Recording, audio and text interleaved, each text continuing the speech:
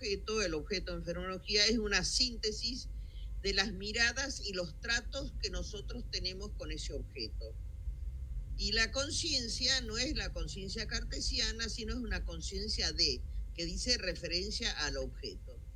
Ustedes recuerden la metáfora fenomenológica que hablaba Ortega y Gasset, ¿no es cierto? Y uno va a entender cómo es la estructura del pensamiento fenomenológico. Después hemos dicho que antes del yo como sujeto cartesiano hay un pre-yo. Y ese pre-yo es un yo inactual, que es un centro de experiencias, ¿no es cierto?, que no siempre son experiencias conscientes en el sentido de lúcida. Y en ese sentido, la conciencia en sentido fenomenológico tiene una historia. Y la historia de esa conciencia hace que nosotros formemos unos esquemas de familiaridad. Es decir, serían los hábitos. Vamos armando ciertas conductas, ciertos pensamientos y acabamos en esquemas de familiaridad. Y desde esos esquemas de familiaridad nosotros aprendemos a tratar y a conocer el mundo. Por eso hay diversidad de culturas y hay la diversidad en cada uno de nosotros, ¿no es cierto? Bueno, entonces sabemos que el objeto intencional es una síntesis y en ese sentido el conocer no es fotografiar la realidad. Es decir, no es como una araña, creo que Sartre decía como una araña, como una baba, absorbe todas las cosas, sino es un aprender a conocer originario. Nosotros vamos aprendiendo a conocer. Y eso es lo que va haciendo, ¿no es cierto?, esta conciencia continua. Por eso, la intencionalidad es un comportamiento. ¿Por qué es un comportamiento? Porque en Merleau-Ponty, en la intencionalidad, entra el cuerpo. El cuerpo es un factor fundamental en la intencionalidad. También me había dicho que había una intencionalidad, hay unos instintos innatos, que es del pre-yo, y entonces hay un instinto de conservación, ¿no es cierto? Es de lo primario. Y por otro lado, hay un instinto de mundanidad, como contrarrestando ese instinto de conservación al instinto de mundanidad, que sería una heteroreferencia, mientras el instinto de conservación es una referencia hacia sí. Bueno, entonces serían como dos polos intencionales. Y por otro lado, después hemos visto que hay en las pulsiones también son pulsiones intersubjetivas. Y hemos visto primero las pulsiones maternales, ¿no es cierto? Y el primer mundo se arma en el vientre materno, y donde Husserl muestra que hay distingue el bebé del seno y la madre en ese seno materno, en ese primer mundo, y después habla de las pulsiones sexuales. Es decir, estas pulsiones sociales, la primera de ellas es la pulsión sexual. Bueno, y son todas pulsiones de tipo intersubjetiva. Bueno, entonces, desde esa perspectiva, yo quería empezar a trabajar el tema de la percepción.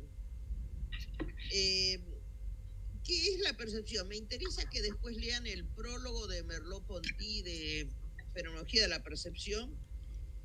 ¿Y por qué me interesa eso? Porque la intencionalidad de la conciencia, el objeto no se da aislado. Cuando yo percibo, no percibo un objeto aislado, ¿no es cierto?, sino lo percibo en un entorno. ¿Y cómo es ese entorno?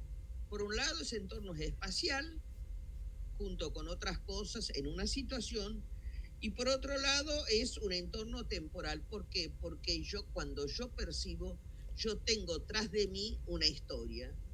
Es decir, yo vengo enredado en una historia y las cosas las percibo desde esa historia personal. Y eso es muy importante para ver si, es decir, yo estoy entretejido en la historia y eso hace que yo conozca de un modo o otro. Bueno, entonces uno podría decir que no hay una objetividad absoluta, sino cada uno lee la realidad desde esa estructura temporal y desde esa estructura espacial. Berrios, el peruano inglés, Él decía que la melancolía de las otras épocas no se da igual que se da la melancolía actualmente. Y yo creo que todos los cuadros psiquiátricos y todas las cosas no son antes como eran ahora. A veces nos preocupamos por la época actual, qué pasa con el mundo virtual, y ahora nos damos cuenta es que esa historia sedimentada que nosotros tenemos y esas espacialidades que nosotros tenemos son distintas, entonces nuestro modo de percibir el mundo va a ser distinto ahora que en otras épocas. Entonces, no hay un objeto en sí, sino hay un objeto para mí. Ahora, Merleau-Ponty, ¿qué pasa? En estructura de la estructura del comportamiento, él muestra que la percepción es un conjunto de significaciones. Y él está en un diálogo o retrucando, ¿no es cierto?, todas las líneas conductistas. En cambio, en fenomenología de la percepción introduce el tema del cuerpo. El sujeto no es un espectador. Tiene una historia sedimentada y la percepción no es el mero resultado de asociaciones, es decir, yo tengo sensaciones y después las asocio y entonces digo es un objeto, sino es la experiencia de la cosa cuando la cosa se me revela a mí, a un sujeto que comunica su significación. Entonces, Merleau-Ponty habla que hay una fe perceptiva en el mundo. Es decir, hay lo que Husserl hablaba en Experiencia y Juicio, una confianza trascendental. Y el tema de la confianza trascendental, la fe perceptiva en el mundo es muy importante porque nosotros andamos en el mundo porque sabemos que hay un mundo y que las cosas tienen, si quieren, una habitualidad. Y nuestras conductas tienen una habitualidad. Y nuestra temporalidad tiene una habitualidad. Pero ustedes piensen qué pasaría si constantemente no existiera esa habitualidad y no tuviéramos confianza en el mundo. A ver si uno se levanta a la mañana y resulta que el mundo cambió. Bueno, en muchos procesos psicóticos un poco les pasa eso y por eso es que tienen que construirse un mundo. Hacen la fase autista y después se construyen el mundo y ese mundo que se construyen para poder vivir es lo que Eugenio Borna, un italiano, decía, se hacen como un iglú donde poder vivir. Nosotros que nos asusta tanto el delirio es la posibilidad de estructurarse un mundo donde estos pacientes se pueden instalar. Por eso, ¿no es cierto?, es peligroso quitarle ese delirio si uno no ha cambiado las condiciones por las cuales esa persona se alejó del mundo, sería la fase autista, y se construyó un nuevo mundo acorde a lo que él necesitaba. Es decir, uno no puede dar un antidelirante a alguien sin cambiar la gestalt por lo cual esa persona se alejó del mundo. Al lado de la farmacología tiene que haber un tratamiento psicoterapéutico, individual, familiar, todo lo que a ustedes les parezca, porque la mera farmacología no sirve, porque si no lo dejo a un paciente sin ese mundo y uno no puede vivir sin ningún mundo, lo dejo en cero. Bueno, en la fenomenología es importante el tema del mundo de la vida. Es el mundo de la vida en el cual todos coincidimos, ¿no es cierto?, más allá de las estructuras del mundo de la ciencia. Entonces, percibir que es habitar un mundo, y el mundo es lo que transparece entre mis experiencias y las experiencias de los demás. Y cuando yo percibo, siempre percibo en situación y el objeto se encuentra entramado en una historia. Ya no hay el sujeto pensante de Descartes, sino un sujeto que instaura sentido. ¿Y cómo lo instaura? Porque yo soy un ser corporal. Ahora, este cuerpo me muestra por un lado las funciones sensoriales y por otro lado las funciones motoras. ¿No es cierto? Y va a ser muy importante en Merleau-Ponty el tema de el movimiento. Entonces, ¿por qué es importante el tema del cuerpo en la percepción? Y acá hago un pequeño paréntesis. En la fenomenología y sobre todo en Merleau-Ponty, porque eso es una herencia husserliana, se distingue. En primer lugar, Merleau-Ponty habla de la ambigüedad del cuerpo. ¿Por qué? Porque por un lado hay el cuerpo objeto, el Körper, como dicen los alemanes, ¿no es cierto? Que es el cuerpo organismo, es ese cuerpo que yo tengo. Y por otro lado, es el cuerpo que soy, el life, es el cuerpo vivido. ¿No es cierto? ¿Y por qué habla de la ambigüedad del cuerpo? Porque el cuerpo se mueve de distinto modo. Es decir, cuando yo tengo un dolor muy intenso y no puedo manejar el momento, es como si yo, el cuerpo objetivo, el cuerpo del dolor físico, ¿no es cierto?, tuviera preponderancia sobre el cuerpo vivido. Cuando Carlitos Gardel canta ahí, mi cuerpo enfermo, el tango, mi cuerpo enfermo no resiste más, realmente lo que estaba diciendo es que él no podía manejar ese cuerpo, era un cuerpo objeto que frente a él no podía hacer nada con ese cuerpo. O cuando nosotros tratamos de estudiar algo y de repente el sueño nos vence y dice, no resistió mi cuerpo y me dormí. Sí, es el cuerpo objeto el que no resistió, pero que me dormí yo toda y no pude estudiar, no pude seguir haciendo. ¿Por qué? Porque esa es la ambigüedad del cuerpo. Entonces, eso es muy importante. Ahora, Gabriel Marcel, que era un existencialista en términos de filosofía, hablaba de un haber, ese cuerpo que tengo. Y él distinguía en el haber un haber implicativo, yo tengo un cuerpo, en el sentido que yo soy mi cuerpo.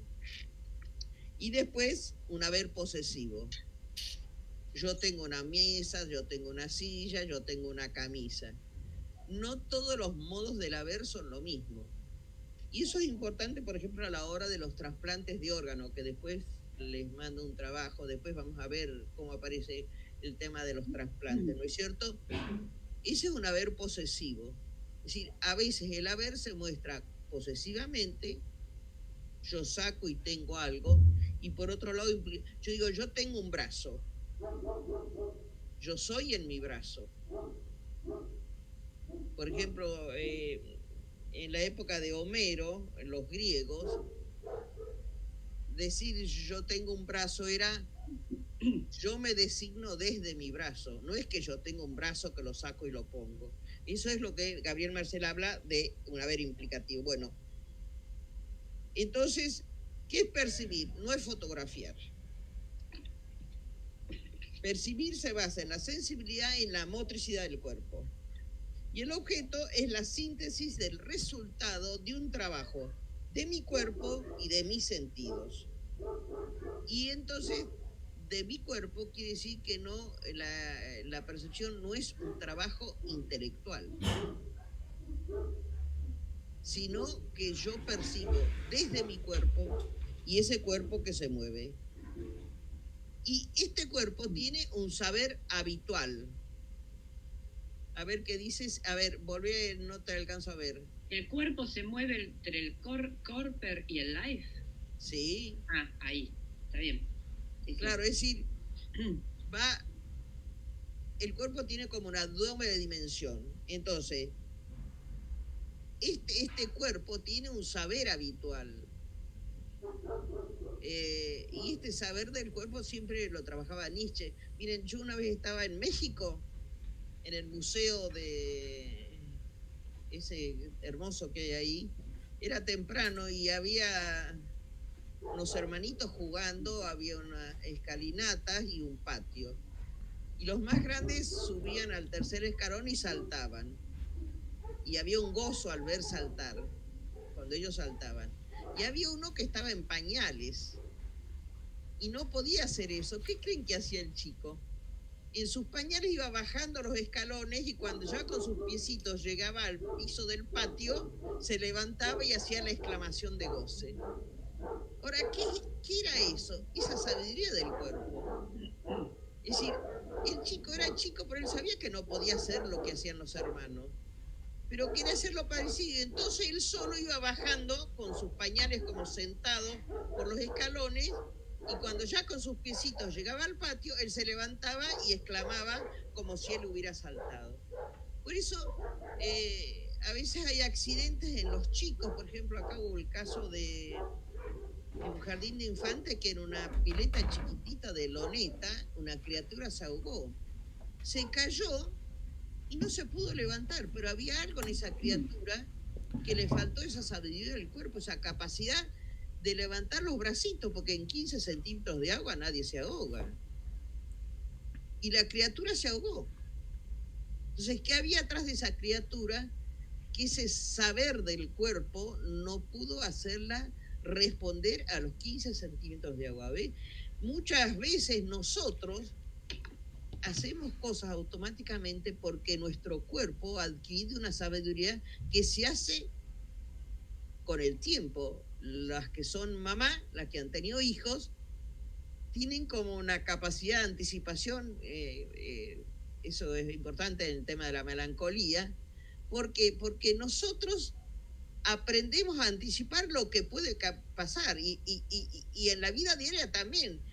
Cuando caminamos, cuando andamos, cuando ponemos la manija de una cacerola en la cocina, vemos que la manija no esté afuera. O cuando hacemos algo y decimos, no, esto no, porque me puede pasar tal cosa. Es como si uno tuviera ya esa cimentación. El cuerpo sería como un ajedrez que tenemos en la cabeza. ¿Por qué? Porque esa es la sabiduría del cuerpo, que es nuestra experiencia de la vida, que hace que nosotros nos movamos y percibimos como adelantando a qué es lo que nos puede pasar. ¿Y qué es eso? Porque en nuestra percepción anticipamos nuestra espacialidad y nuestra temporalidad de las cosas que nosotros podemos hablar. Entonces, nuestro cuerpo, este cuerpo vivido, ha aprendido a moverse sedimentariamente. Por eso, ese cuerpo lleva una síntesis del pasado, del presente y el futuro. Y si ustedes quieren, el cuerpo es el testimonio de nuestra historia. Es un testimonio de nuestros movimientos y de nuestra temporalidad. Y nuestro cuerpo anuda un pasado, un presente y un futuro. En términos husserlianos hay una síntesis activa y una síntesis pasiva cuando nosotros percibimos. Más aún, hay una génesis constituyente de nuestro tipo de percepción. Bueno, ahora,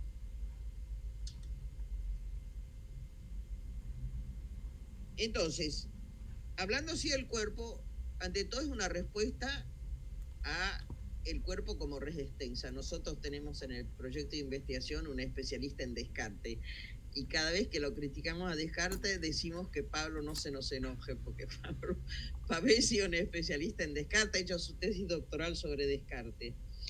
¿Qué diferencia hay con nuestro cuerpo? En sentido fenomenológico, el cuerpo cartesiano.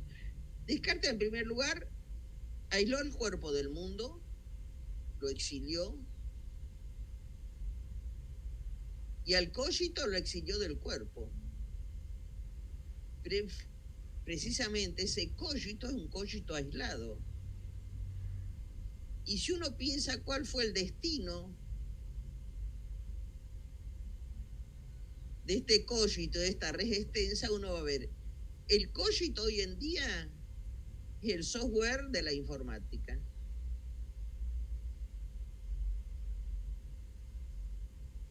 Porque es un software que no interesa el hardware salvo cuando no funciona. A mí me han puesto un programa que me arreglan la computadora a larga distancia. Yo doy el número, entran y me arreglan. ¿Cómo? No sé. Yo ya no pregunto esas cosas, pero me las arreglan. Es una maravilla. Bueno, ¿y qué pasó con la res extensa, ese cuerpo como res extensa? ¿Dónde fue a parar? Bueno, Descartes es el padre de la medicina. ¿Por qué? Porque cada parte del cuerpo desligada de sí, es una especialidad de la medicina. A veces no nos damos cuenta de eso, pero, y desgraciadamente, una especialidades que muchas veces están desconectadas entre sí. Y eso es un poco lo que nos pasa, que nosotros hoy en día tenemos que hacer la síntesis de todo lo que nos pasa a nuestro cuerpo como cuerpo objeto, porque con tantos especialistas nadie nos da la unidad de lo que a nosotros nos ocurre desde el punto de vista de la enfermedad. Y entonces, más o menos nosotros, como podemos y ayudado, como se dice acá de Doña Rosa, nos hacemos a la imagen de qué es lo que nos pasa a nosotros en nuestra situación de enfermedad. Bueno, entonces, Merleau-Ponty habla del cuerpo como vehículo del mundo, que me permite a su vez hacer la comprensión con el otro. Husserl hablaba de que mi cuerpo es el punto cero, el null punto. Desde mi cuerpo yo intenciono un mundo y a su vez el otro también intenciona el mundo. Y esa intencionalidad de mi cuerpo con la intencionalidad del otro es lo que constituye un espacio. Pero como el cuerpo es un cuerpo en movimiento, ¿no es cierto? Yo voy constituyendo tipos de espacialidad. Ahora, el espacio, así como decimos un cuerpo objeto y un cuerpo sujeto, también hay un espacio objetivo y un espacio vivido. Si quieren, el espacio como mera extensión, eso que nosotros estudiamos en geometría, eso es una abstracción posterior. Lo primero que nosotros tenemos es el espacio vivido. ¿Y cómo se constituye ese espacio? Uno, mi cuerpo es el punto cero. Pero este cuerpo es un cuerpo motor. Y en la medida que yo muevo mi cuerpo va creando y constituyendo espacios. Y entonces hay distintos tipos de espacio. Hay el espacio de la intimidad.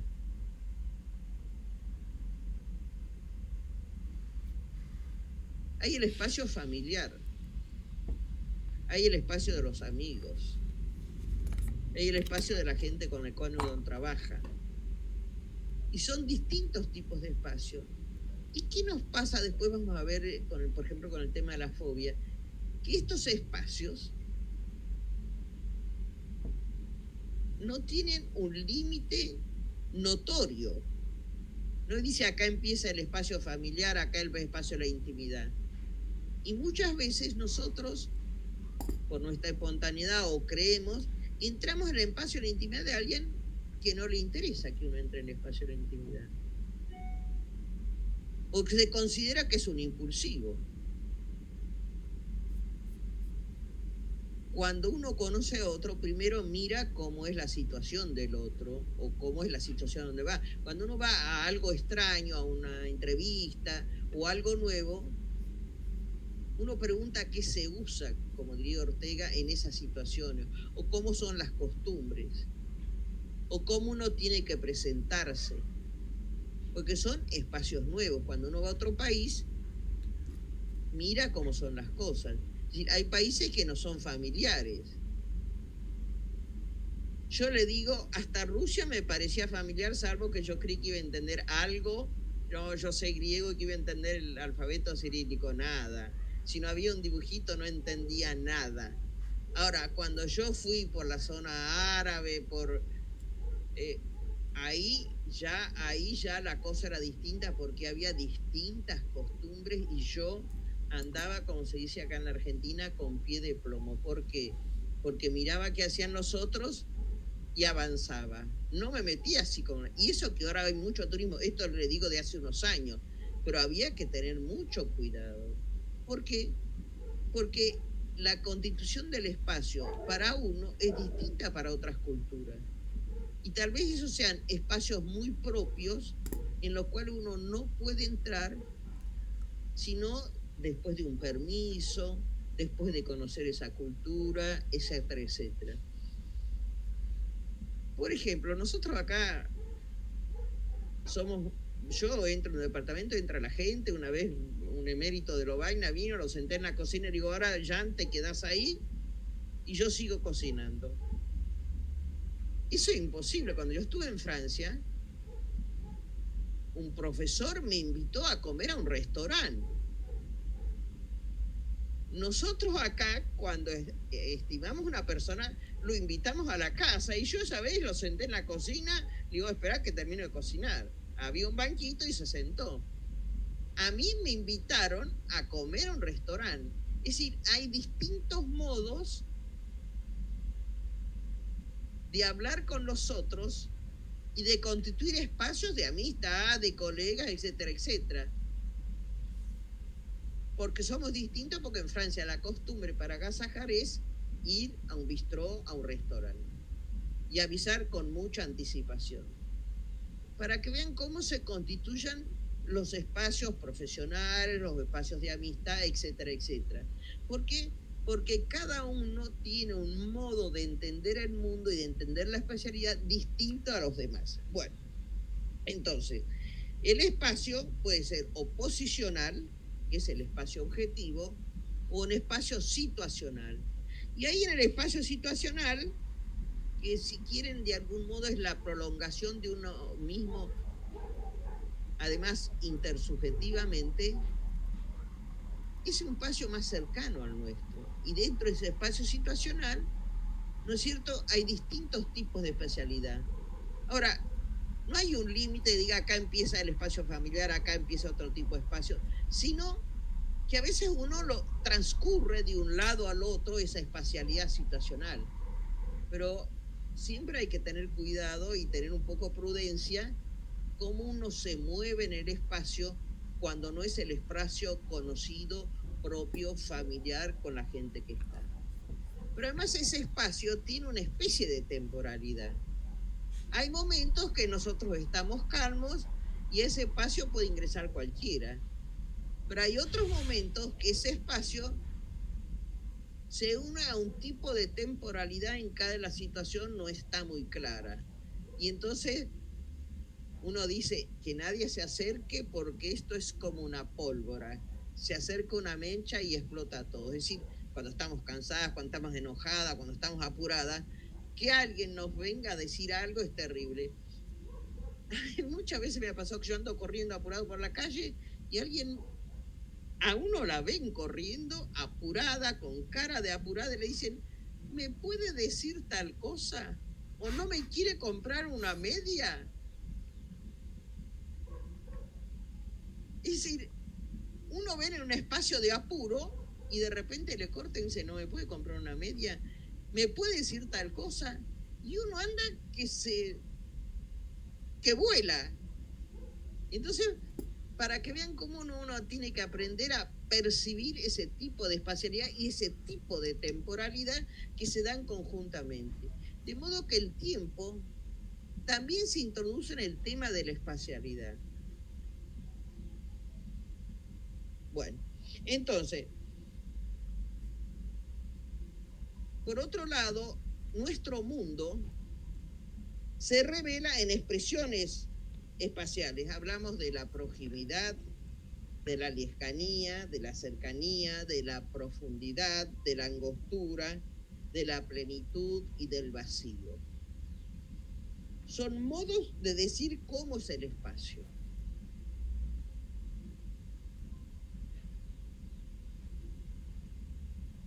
Y uno habría que analizar todo el tema de la mística, el tipo de espacio de la mística y las distintas modulaciones que tiene el espacio místico en distintos momentos del proceso místico.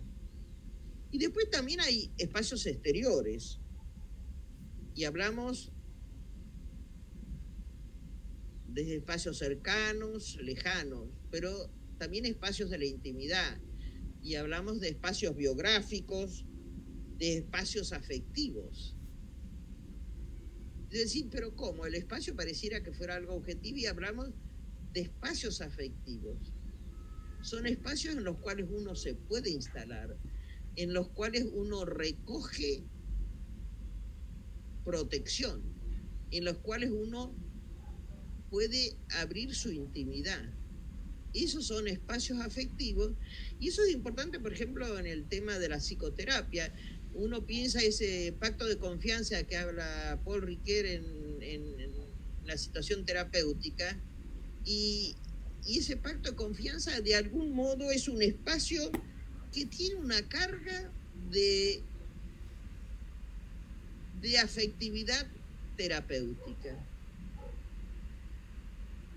Porque si no sería muy difícil, ¿no es cierto?, poder trabajar. Y por eso es tan importante, por lo menos yo creo que en toda relación, esta situación que desde el punto de vista analítico lo haríamos de una situación transferencial. ¿No es cierto? Esta relación que a uno lo acompaña a pesar de las vicisitudes. ¿Por qué? Porque uno ha logrado un espacio en común con el otro terapeuta que hace que uno tenga como un pacto de confianza con el otro. ¿Y qué es eso? Haber constituido una especie de espacio biográfico médico en el cual uno se entiende y el otro me entiende. Y cuando no lo entiende, uno pregunta. Eso es la diferencia tan grande que hay entre el espacio objetivo y ese espacio situacional que nosotros tenemos con el otro. Bueno, entonces, el espacio geométrico no es el espacio vivido, el espacio geométrico es un espacio abstracto, homogéneo. ¿Qué ejemplo tenemos del espacio objetivo? El obsesivo. Cuando uno ve cómo se maneja, cómo toma distancia del objeto, con esa asepsia que tiene, y cuando uno trabaja la noción de temporalidad, después vamos a ver en el obsesivo, vamos a ver cómo él divide el tiempo como si fuera un espacio. Bueno, la gente de filosofía se acuerdan la famosa metáfora de la tortuga y el corredor. De Zenón de Lea. Sí, y entonces uno ve cómo el obsesivo, por ser tan perfecto, divide tanto la acción en tantos espacios objetivos para que todo sea perfecto y ordenado, que finalmente nunca arranca.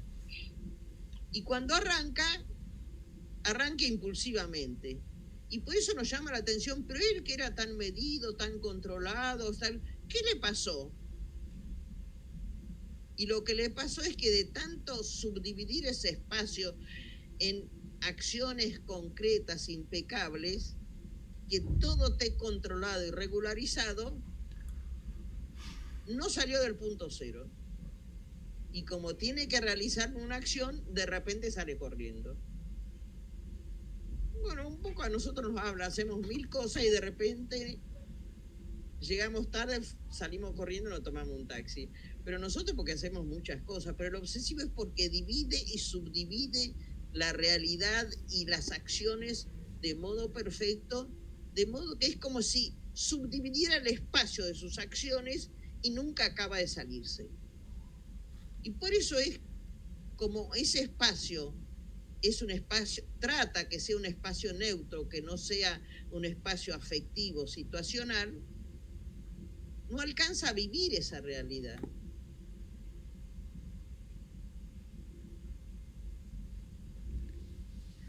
Entonces no carga ese espacio de afectividad.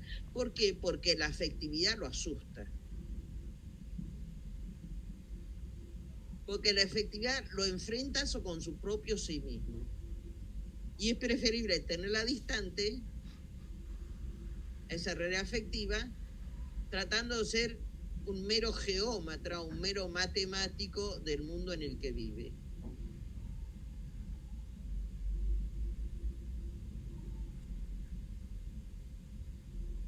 Y esa es una dolorosa realidad en muchos obsesivos, porque uno los ve como sufren. Yo a veces pienso que la primera instancia para un obsesivo debe ser una terapia de tipo cognitiva comportamental para que le saque a uno esas conductas de estos mecanismos de defensa que lo ayudan a vivir, pero que paulatinamente le quite los miedos de enfrentarse con su propia afectividad, porque siendo como un geómetra de la vida, así se maneja mucho más fácil. Bueno, entonces, hay una espacialidad de distanciamiento en ese espacio vivido y acercamiento. Y por otro lado, hay una espacialidad de orientación. Minkowski también habla del espacio vivido, que es un modo de vivir el espacio. Y, ¿no es cierto? Y en ese espacio vivido hay también los eventos de la vida. Y entonces la espacialidad se asocia al tema de la temporalidad.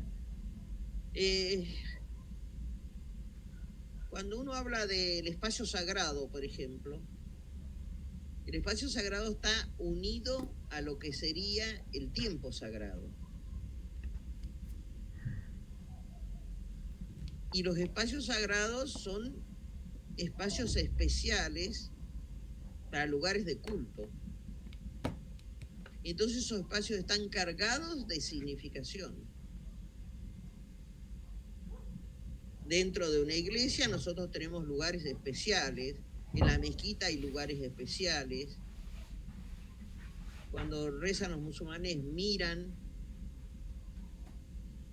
hacia el horizonte de ellos, a la orientación a la ciudad sagrada. Y eso es muy importante porque indica que hay un espacio vivido sacralmente de modo distinto a otros espacios.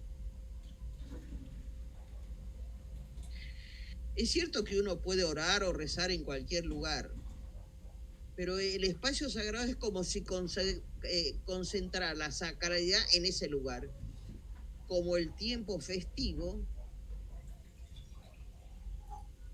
intensifica la sacralidad en ese día de una fiesta religiosa o una fiesta profana. ¿Por qué se vive intensamente el tiempo? Porque se intensifica en esa fecha una serie de significaciones, y si en el calendario no hubiera los feriados, las fiestas, sería un puro aburrimiento. Miren, nosotros acá tenemos veranos, inviernos, primavera y otoño, y hay estaciones, pero hay ciertos lugares, por ejemplo en Colombia, que es medio eterno primavera, y es época de lluvia o época de no lluvia. No sé, en una gata en México no. Yo un día llegué a México y me moría de frío y no había calefacción. Estaba desesperada. Y Bueno, yo acá tengo todas las estaciones en un día porque vivo a mucha altura. Entonces, todo muy rápido. Pero es durante el día. Sí, empieza con sol, luego hay lluvia y mucho frío por la noche. Bueno. Está todo, siempre. Pero las poblaciones que no tienen distinción de temporada tienen otros problemas distintos que los que nosotros que sabemos en el calendario, es decir, época de verano, época de invierno, época de otoño, época de tal cosa. Miren cómo el clima puede cambiar la vida de la gente por el modo de ser. Yo a veces, cuando estaba en zona de mucho calor, y yo decía, pero qué vagos son, están todo el día en la playa, ¿no? Que con el calor, ¿qué hace? ¿Qué van a hacer? Ustedes han visto, los cubanos están todos los días bailando en la calle. Trabajan, y yo dije, la verdad, hacerlos trabajar cuando hay esas tormentas terribles en el malecón, trabajan, pero están todo el día en la calle. Pero la verdad que hace mucho calor, porque yo llegué en invierno y hacía un calor terrible. Y eso estructura un estilo de comportamiento de la gente. ¿Por qué? Porque su temporalidad, esa espacialidad, es distinta y depende de la situación geográfica donde ellos viven. Bueno, entonces, ahora vamos a ver, ¿no es cierto?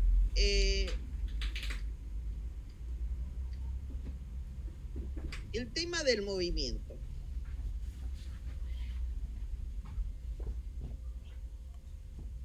Habíamos hablado que mi cuerpo es mi aquí.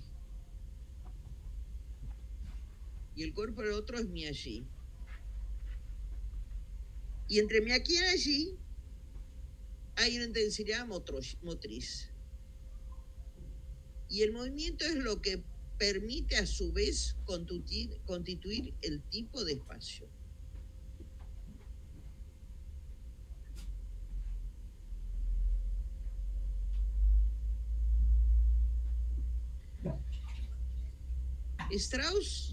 Erwin Strauss, yo les mandé el libro, habla también de la danza. Es interesante el tema de la danza, cómo ese espacio circular va constituyendo y conquistando espacios. Y fíjense, en la danza hay distintos tipos de espacio, hay distintos tipos de danza. Había un tipo de danza antigua o clásica que es el cuerpo derecho y el movimiento por los brazos. Y después la danza moderna es un movimiento de todo el cuerpo, baila todo el cuerpo. En cambio, la danza clásica es los brazos y los pies que se mueven, frente a la danza moderna, que es todo el cuerpo en movimiento. Entonces, en la danza yo voy creando espacios, figurando espacios. ¿No es cierto? Ahora, ¿qué papel tiene entonces el cuerpo? Yo, en la primera clase, les había dicho que había una a priori temporal y una a priori corporal.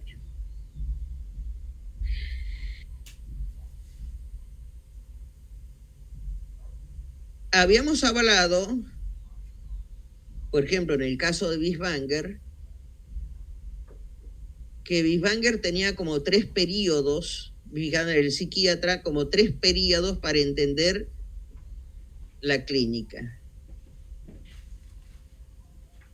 El primer periodo de Binswanger era un periodo de la fenomenología en general, digamos, de un Husserl general, que era la intencionalidad, así en sentido amplio. Todavía no se habían descubierto toda la parte de la síntesis pasiva, salvo el texto de la síntesis pasiva, pero toda la parte de la pulsión no era un tema de actualidad. Después Binswanger pasa a la problemática de Heidegger, del concepto de mundo.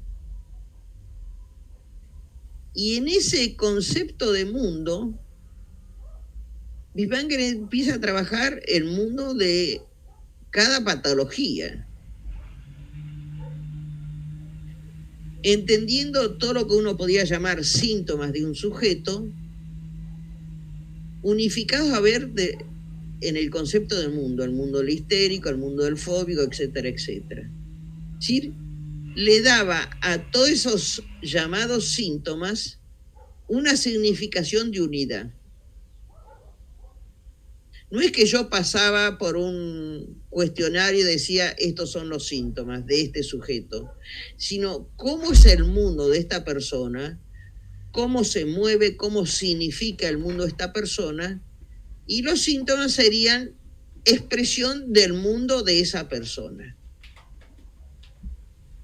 Si ustedes quieren, el concepto de mundo le da una cierta unidad la sintomatología. A mí me tocó dar clase en la zona de Centroamérica una vez, que me mandó la OEA, y ahí tienen la suerte de estar cerca de Norteamérica, y eran todos en la Facultad de Psicología, todos conductistas, ahora serán todos cognitivos. Y sabían todos los sistemas clasificatorios, todos de memoria. Y cuando yo daba algún ejemplo en un test, se aprendían todos los síntomas y las características, todo de memoria.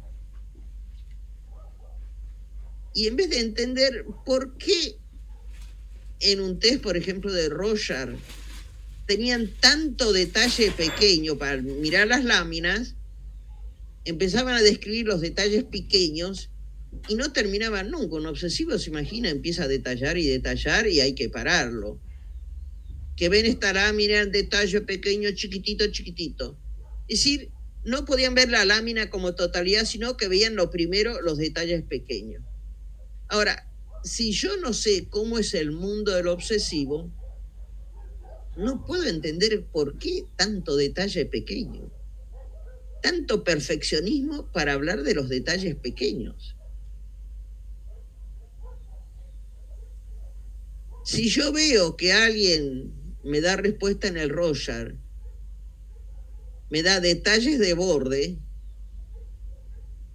enseguida yo percibo que me encuentro con un fóbico. ¿Por qué? Porque el fóbico tiene temores de entrar a un mundo y entonces se queda en la puerta, digamos, en los bordes, y no entra.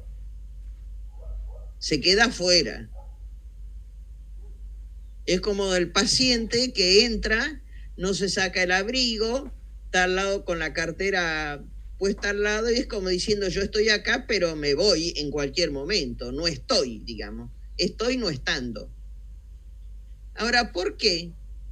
Uno puede entender, por ejemplo, en el Rorschach, que es un test fantástico, ¿por qué son las respuestas así? Respuestas de borde, miles de detalles, o respuestas globales, que sería el mundo histérico. ¿Por qué?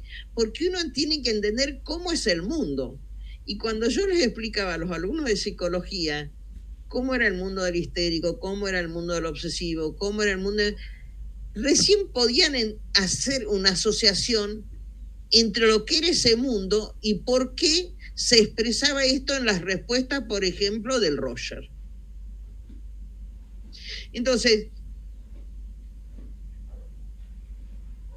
después del Husserl general, de la intencionalidad, etcétera, etcétera, de la Epoge, Binswanger pasa al tema del mundo.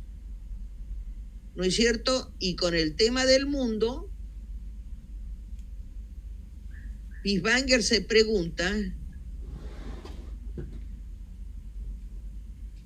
¿por qué intencionan este tipo de mundo?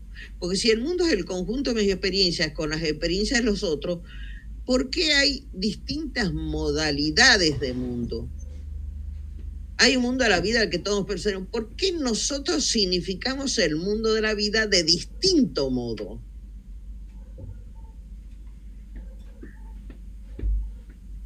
Y entonces una respuesta que encuentra en el mismo Husserl es el a priori temporal.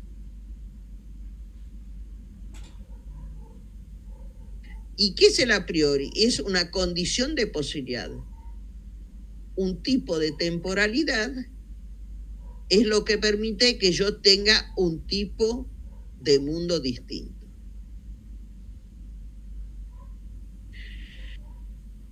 ¿Y cómo se llega a la temporalidad? Bueno, a través de las reducciones. El otro día hablábamos, ¿no?, de la reducción eidética y de la reducción trascendental. Ahora, a través de la reducción trascendental, ¿no es cierto?, yo llego a que la constitución de los distintos tipos de mundo, cómo yo intenciono los mundos, depende del tipo de temporalidad.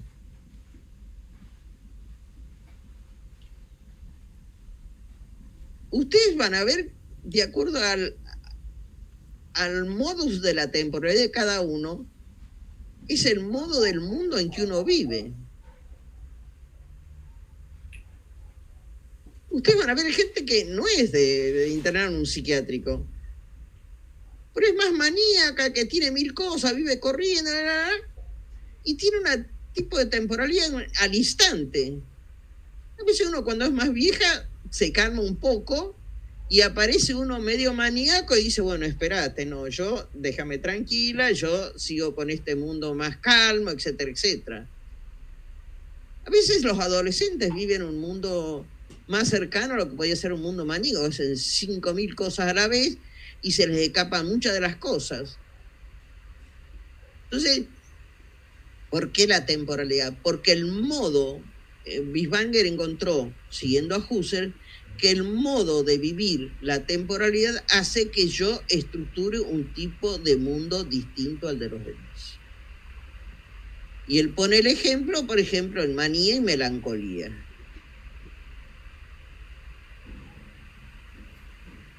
En la melancolía, el tiempo, como a priori, ¿no es cierto?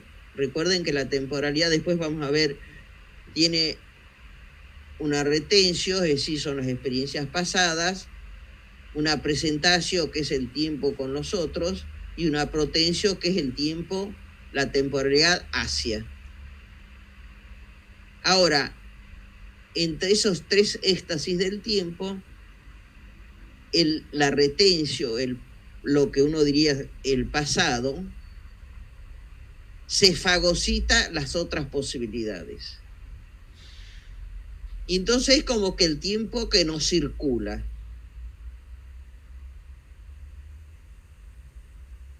Y entonces ustedes van a ver el mundo del melancólico, es un mundo quieto. Se dice también que el mundo melancólico, el problema es que no circula, que no aparece el tema de la imaginación, porque imaginar es mirar un mundo en términos de futuro, de ver qué yo podría hacer con ese mundo, cómo podría pensarlo de modo distinto. Y eso es lo que no puede hacer un melancólico. El mundo es así y el mundo no va a cambiar. Y si hay algo que ve en el futuro, es un futuro como negro. Entonces, ¿qué quiere decir? Que es un tiempo que no circula. Porque el presente viviente, como diría Husserl, es un presente que tiene la experiencia pasada y la experiencia de porvenir. Entonces, es tan importante cómo uno estructura la temporalidad, porque eso, el modo de temporalidad hace que yo estructure un tipo de mundo. Entonces, ahí está el a priori temporal como condición de posibilidad de los modos de vivir el mundo. Uno tiene un estilo.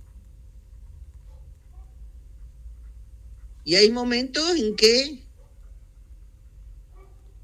uno tiene que tener distintos estilos. Qué sé yo, en una situación de duelo, el modo de temporalidad se acerca más a lo que podía ser un melancólico. Pero es una situación propia de algunas circunstancias que no continúa.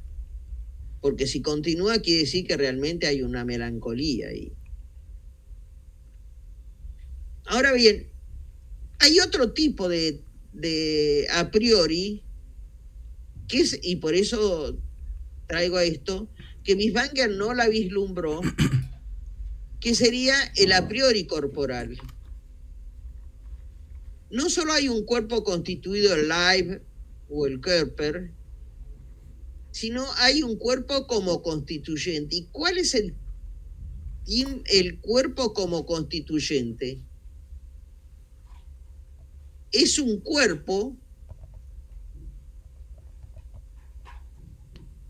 que se mueve y que constituye mundos. Bien, profesora. Justo ahora, antes de que desarrolle la priori corporal, podría ser el tema del corte. Correcto. Podríamos retomar ese. 5 minutos, ¿les parece bien o 10? Sí, para tomar un café.